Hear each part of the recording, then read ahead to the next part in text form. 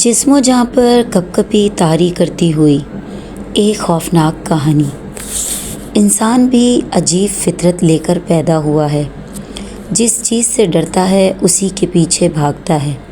मेरा भी कुछ यही हाल था। लोग गुले गुलजार की बातें करते हैं और मुझे कब्रिस्तान की खामोशी अपनी तरफ खींचती थी। वो जो एक मशहूर किस्सा है कि एक ने दूसरे से पूछा कि क्या तुम भूतों पर यकीन रखते हो और दूसरे के इनकार पर पहला गायब हो गया। इस किस्से ने मेरे तजस्सुस की आग पर तेल का काम किया। मेरे अंदर का मुहिम जो चीख चीख कर कह रहा था कि ये किस्सा नहीं, हकीकत की एक झलक है। शाम के साए गहरे हो रहे थे जब मैंने अपने शहर के कदीम कब्रिस्तान का रुख किया। वहाँ अजीब सी बू फैली हुई थी। खुश्क पत्तों, मिट्टी और पुरानी बोसीदगी की मिली जुली महक थी। जैसे ही मैंने सदर दरवाजे से कदम अंदर रखा, ठंडी लहर मेरी रीढ़ की हड्डी में दौड़ गई। दिल ने धड़क कर कहा, बेटे अभी वक्त है, उल्टे कदमों लौट जा। मगर अना ने फ़ौरन टोका, क्या बुज़दिलों की तरह भाग जाओगे? कब्रिस्तान के वसत में जहाँ पुरानी कब्रें एक दूसरे में पियोसत मालूम होती थीं, मुझे एक हेवला सा नज़र आया। एक शख्स कमर झुकाए किसी कदीम कुत्ते के पास खड़ा था। मेरा दिमाग फ़ौरन इस दुनिया की सबसे छोटी कहानी की तरफ गया जो मैंने सुन रखी थी। मैंने सोचा क्यों ना इस शख्स को इस कहानी का दूसरा किरदार बनाया जाए। मैं धड़कते दिल के साथ इसके करीब पहुंचा और एक लरसती हुई आवाज़ में पूछा, क्या आप भूतों पर यकीन रखते हैं? इस शख्स ने आहिस्ता से सर उठाया। इसका चेहरा चाँद की मध्यम रोशनी में सफ़ेद नज़र आ रहा था। वो मुस्कुराया, मगर वो मुस्कुराहट नहीं, झरझरी थी। जी हाँ, इसने सरगोशी की। मेरे अरमानों पर गोया ओस पड़ गई। मैं तो सनसनीखेज़ जवाब की तवक्को कर रहा था।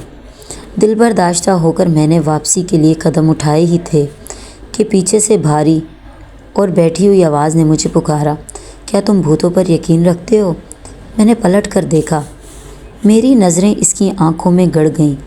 मैंने बड़े एतमाद से कहा, जी नहीं, जब तक देख ना लूँ यकीन कैसे कर लूँ। ये जुमला मेरी ज़ुबान से निकला ही था कि चश्मे ज़दन में वो शख्स मेरे सामने से हवा में तहलील हो गया। वहाँ खाली जगह थी और कुत्ते पर बैठा एक फ्लू हौलनाक तरीके से होल रहा था। मेरा दिमाग माफ हो गया, बदन मंजमद हो गया और फिर अंधेरा छा गया। कहते हैं कि सदमा इंसान को खामोश कर देता है, मगर इस दिन के सदमे ने तो मुझे 4 घंटे के लिए दुनिया माफिया से बेखबर कर दिया। जब होश आया तो मैं अपने बिस्तर पर था। सर पर पट्टियाँ बंधी थी और कमरे में नीम अंधेरा था। वालदैन के चेहरों पर तशवीश और गुस्से की मिली जुली लहरें थीं। आखिर क्या ज़रूरत थी उस वक्त वहाँ जाने की? वालिद साहब की गरजदार आवाज़ ने मेरे सर के दर्द में इजाफ़ा कर दिया। लोग वहाँ दुआए मग़फ़िरत करने जाते हैं और तुम वहाँ तमाशे ढूंढने गए थे। मेरी हालत ऐसी ना थी कि कुछ बयान कर पाता। बस इतना याद था कि वो शख्स गायब हुआ और फिर मुझे कुछ याद न रहा। वालदैन ने मुझसे ज़बरदस्ती वादा लिया कि मैं कभी इस मनहूस जगह का रुख नहीं करूँगा, मगर इंसानी फितरत भी तो ज़िद की बनी है। मेरा वो सवाल कि क्या मरने के बाद भी ना जाऊँ, मेरे हलक में ही फंस कर रह गया, क्योंकि इस वक्त ये पूछना गोया अपनी मौत को दावत देना था। कुछ दिन तो खौफ व गालिब रहा, लेकिन जैसे ही बुखार उतरा वही पुरानी आग फिर भड़क उठी। वो तजस्सुस जो अधूरा रह गया था अब एक जुनून की शक्ल इख्तियार कर चुका था। इस बार मैंने सोचा कि शायद पिछली दफ़ा मैंने कोई गलती की थी। शायद भूत दिन की रोशनी या ढलती शाम में ज़्यादा वाज़े नज़र आते हों। एक सा पहर जब सूरज की तज़ामत कम हो रही थी, मैं फिर वहीं खड़ा था। खामोशी ऐसी थी कि अपने सांस लेने की आवाज़ भी किसी नकारे की तरह सुनाई दे रही थी। मैं अपने दादा दादी की कब्र के पास खामोश खड़ा था कि अचानक एक अजीब सी आवाज़ आई। ये किसी के गिरने की आवाज़ थी। मैंने चौंक कर देखा। एक जहाज़ यानी एक नशई वहाँ लड़खड़ाता आया। कब्रिस्तान में ऐसे जहाज़ अक्सर नज़र आते हैं। मेरी सारी रोमानियत और खौफ का भूत एक पल में उड़ान छू गया। अल्लाह के नाम पर कुछ दे देना साहब, اس نے گندی سی قمیض سے ناک پوچھتے ہوئے کہا۔ میں نے اسے نصیحتوں کا ایک لمبا چٹکلا سنایا تو وہ بڑے اطمینان سے بولا، صاحب تسلیوں سے تو ہیروئن کی ایک پڑیا بھی نہیں آتی، کچھ مال نکالو۔ میں نے اسے جھڑک کر بھگایا، مگر اس واقعے نے میرے دل میں چھپے خوف کو پھر سے ایک مہم جوئی میں بدل دیا۔ مجھے لگا کہ شاید بھوت مجھ سے چھپ رہے ہیں، مجھے انہیں ڈھونڈنا ہوگا۔ ہمارے شہر کی فضاؤں میں کچھ ایسی داستانیں بستی ہیں جو نسل در نسل سینوں میں منتقل ہوتی چلی آئی ہیں۔ انہی میں سے ایک داستان عیدگاہ والے قبرستان کی تھی۔